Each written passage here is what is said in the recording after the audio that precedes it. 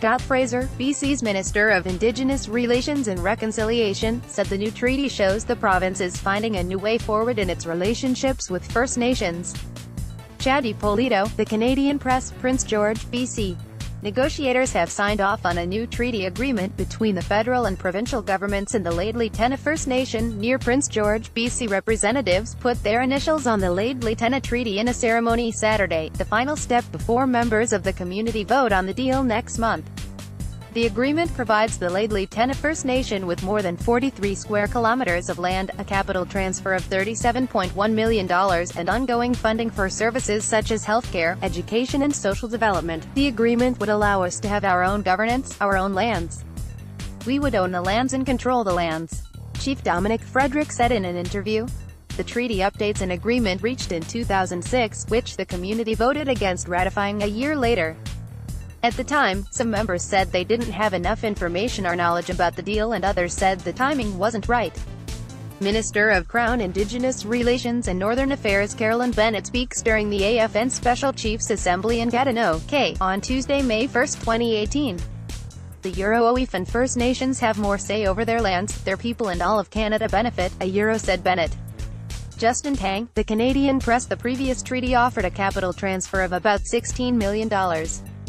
In a joint news release, the provincial and federal governments and the First Nations say the increase reflects updated policies that support reconciliation with Indigenous peoples. The release said the new deal maintains the benefits of the 2006 agreement and adds wording that allows the agreement to evolve along with certain provincial and federal policies related to reconciliation and treaty negotiations. After the 2006 agreement was voted down, there was a kind of stalemate between the First Nation and other levels of government, Frederick said.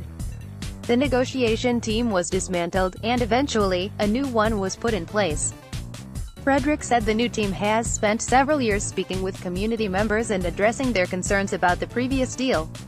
Hopes the community ratifies the new treaty, but said he understands that people need to think about it, because it's a big decision. Scott Fraser, BC's Minister of Indigenous Relations and Reconciliation, said in a statement that language in the new treaty shows the province is finding a new way forward in its relationships with First Nations. We are working together with partners on an approach to treaties and agreements with First Nations that is grounded in recognition and implementation of rights and title, and which supports prosperous, healthy and self-determining Indigenous communities, he said. Carolyn Bennett, the Federal Minister of Crown Indigenous Relations, said in a statement that once the historic treaty is ratified, it will mark the start of a new relationship between Canada and the Lheidli T'enneh First Nation, based on the recognition of rights, cooperation, respect and partnership. When First Nations have more say over their lands, their people and all of Canada benefit, said Bennett. The new treaty is a step towards reconciliation, Frederick said, but he noted that work needs to continue. You can't reconcile 100 and some odd years of atrocities that was put on our Aboriginal people over a short period of time, he said. Reconciliation goes on and on. About 500 members of the Lheidli T'enneh First Nation are eligible to vote on the treaty next month. If they ratify the agreement, it will be approved first by BC's government, then the federal government. The BC Treaty Commission said in its 2017 annual report that 65 First Nations across the province are participating in or have completed treaty negotiations. The Lheidli T'enneh Nation near Powell River, BC, was the last to ratify a treaty, and that agreement came into effect in April 2016.